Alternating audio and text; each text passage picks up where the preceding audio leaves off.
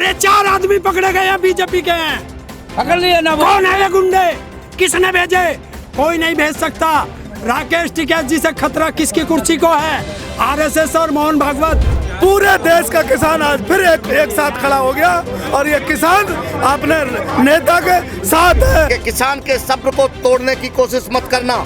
अगर इस 70 करोड़ किसान का सब्र टूट गया तो ना मोदी जी बचेंगे, ना व्यवस्था बचेगी, ना तंत्र बचेगा। दावे के साथ आरएसएस के गुंडों का हाथ है। मैं दावे के साथ कह सकता हूँ, मोहन भागवत के इशारे पर यह सब हो रहा है, आपके सामने है। मैं कहता हूँ राकेश टिकैत के ऊपर हमला करवा के इस सरकार ने मुसीबत मोल ले ली। किसानों को पूरे देश का किसान आज फिर एक साथ खड़ा हो गया और ये किसान अपने नेता के साथ है। और राकेश टिकैत पे गोली नहीं, इस देश पे गोली चलवाई, इस किसान पे गोली चलवाई, इस संविधान पे गोली चलवाई, लोकतंत्र पे की हत्या करवाई।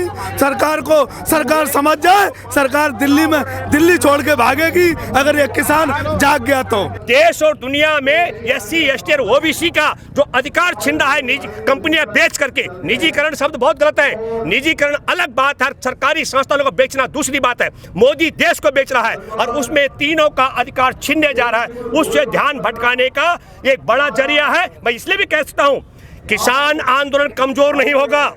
हमने पहले भी कहा था, आप सबको ध्यान होगा, हमने कहा था 26 जनवरी को 10 लाख लोग आएंगे अगर सरकार कुछ नहीं करेगी, और सरकार छेड़ेगी तो 10 करोड़ लोग आएंगे। मैं आपके माध्यम से एक बात कहना चाहता हूं कि एक तरफ ये कोरोना का हवा खड़ा कर रहे, दूसरी तरफ सरकारी संस्थानों को बेच करके एससी एसटी और ओबीसी का जो अधिकार छीन रहे, और इससे ध्यान भटकाने के लिए किसान नेता राकेश टिकैत पर हमला करके जो डाइवर्स करने का काम कर रहे हैं, ये क्रोनोलॉजी हम सबको समझ आ गई। इससे किसान आंदोलन कमजोर होगा, ना भयभीत होगा। भूपेंद्र सिंह रावत का ये कहना है कि एससी एसटी ओबीसी का जो आरक्षण है, जो मंडल कमीशन की रिपोर्ट है, उससे ध्यान भटकाने के लिए राकेश टिकैत को टारगेट किया जा रहा है, क्योंकि राकेश टिकैत जो किसान नेता के किसान आंदोलन के बड़े चेहरा बन चुके हैं। हमारे साथ युवा साथी हैं, उनसे जानेंगे, क्योंकि बात युवाओं से संबंधित है, नौकरी से संबंधित है। और ये राकेश टिकैत पर जिस प्रकार से गोली चली है अलवर में, क्या कहेंगे आप? गोली चलेगी, सरकार तो इनसे चलती नहीं, और क्या करेंगे? 4 महीने से बैठे हैं। सरकार क्या होती है? Government of the people, by the people, for the people. हमने बनाई है ना उसको, या उन्होंने बनाया है? तंत्र लोग के बारे हो गए।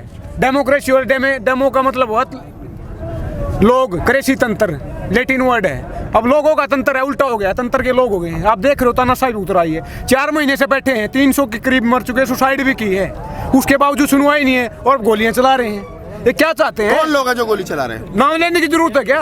आप इतने समझदार नहीं, आप समझदार नहीं। मैं तो समझ रहा हूँ, देश का आवाम बड़ा भोला है, सबको पता भाई साहब है, नाम लेने की जरूरत नहीं ना। दावे के साथ आरएसएस के गुंडों का हाथ है। ये मैं दावे के साथ कह सकता हूँ, मोहन भागवत के इशारे पर यह सब हो रहा है, आपके सामने है। हमारे देश के बैंकों में जमा पूंजी पर ब्याज कम किया जा रहा था, अचानक में उसको वापस करना पड़ा अधिसूचना जारी करने के बाद। क्या बोल रहे? हमसे गलती हो गई, क्योंकि वोट का खेल था, और ये भी वोट का खेल है। ध्यान डाइवर्ट करने के लिए राकेश टिकैत पर हमला करके एससी एसटी वोट का खेल है। ताऊ हरिंदर हमारे साथ है। ताऊ हरिंदर किसान आंदोलन की मुखर आवाज है, उनसे जानने की कोशिश करेंगे। ताऊ, राकेश टिकैत पर हमला अलवर में ही क्यों, दिल्ली में क्यों नहीं, या दिल्ली के आसपास क्यों नहीं, या देश के किसी और अन्य कोने में क्यों नहीं? देखिए, ये एक राजनेता का दूसरे राजनेता को बदनाम करने के लिए राजस्थान चुना गया है, और ये साफ जाहिर करता है कि इसमें 3 आदमियों का हाथ है।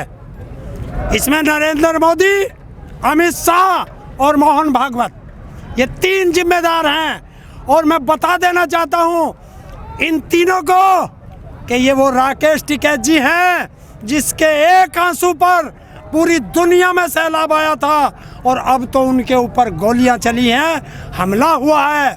तो अब सरकार समझ ले कि क्या हाल होगा। लोग तो ये कह रहे हैं कि किसान आंदोलन हल्का पड़ रहा था, राकेश टिकैत ने खुद अपने आप ये काम करवाया है पॉपुलर होने के लिए। तो एक काम कर ले मोदी, क्योंकि इनकी तरह ड्रामेबाज हिंदुस्तान में कोई नहीं है, और अगर अपने ऊपर गोली चलवाते तो मोदी की पॉपुलैरिटी कम हो गई है, खत्म हो गई है, तो मोदी अपने खोपड़ी में एक गोली लगवा ले आरएसएस के मोहन भागवत से। आपने कहा कि आरएसएस के मोहन भागवत, बीजेपी, ये तमाम जो उनकी जो टीम है, उन लोगों ने गोली चलाई। ये तो जांच का विषय से आरोप कैसे लगा सकते हो? अरे 4 आदमी पकड़े गए हैं, बीजेपी के हैं।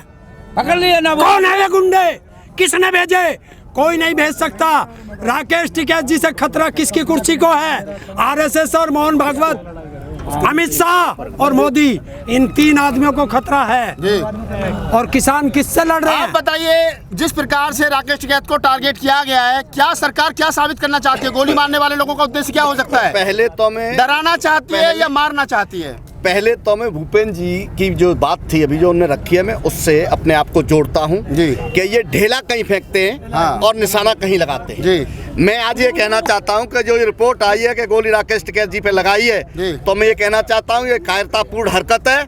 4 महीने से ज्यादा हो गया किसान को अपना घर छोड़े, अपना परिवार छोड़े, अपने बच्चे छोड़े, अपने जानवर छोड़े, शांतिपूर्ण तरीके से, गांधीवादी तरीके से, डेमोक्रेटिक तरीके से किसान यहाँ बैठा हुआ है। लेकिन ये फांसीवादी लोग, इससे भी इनको सब्र नहीं हो रहा है। ये चाहते हैं किसान के सब्र को तोड़ना। ये फांसीवादी लोग हैं। लेकिन मैं एक बात सिर्फ कहना चाहता हूं कि किसान के सब्र को तोड़ने की कोशिश मत करना। अगर इस 70 करोड़ किसान का सब्र टूट गया तो ना मोदी जी बचेंगे, ना व्यवस्था बचेगी, ना तंत्र बचेगा। मैं आपको कहना चाहता हूं, जो अभी कह रहे थे ये हरेंद्र जी, मैं हर हाल में कहना चाहता हूं कि पहले यहाँ पर हमला किया था एक विधायक के नेतृत्व में, और आज फिर, क्योंकि उनको लग रहा है कि किसान, उसको अपने बच्चे भी पालने हैं, वो अपने घर गया, अगर मान लो वो फसल काटने गया और उसकी संख्या कम की, तो फिर सरकार ने एक कायराना हरकत करने की कोशिश की है कि किसान को डरा के, किसान को धमका के, किसान पर गोली चला के इस आंदोलन को कमजोर कर सकते हैं। तो मैं ये कहना चाहता हूं कि ये आंदोलन न कमजोर हुआ था, न ये कमजोर हुआ है, और न ये कमजोर होगा। आज गाँव में, सुन लीजिए पूरी बात को, आज गाँव में, पहले ये बॉर्डरों पर, दिल्ली के बॉर्डर पर आंदोलन था, आज ये खेत में, खलिहान में, गांव में ये आंदोलन पहुंच चुका है, और ये आंदोलन अब जन जन की आवाज होने लगा है। मैं मोदी जी से कहना चाहता हूं कि अब भी कानूनी तौर पर, डेमोक्रेटिक तरीके से इन काले कानूनों को वापस ले लो और किसान की बात मान लो, नहीं ये बाटल्लू साबित होगा, ये मोदी जी के तख्त की आखिरी कील साबित होगा। आप बताइए।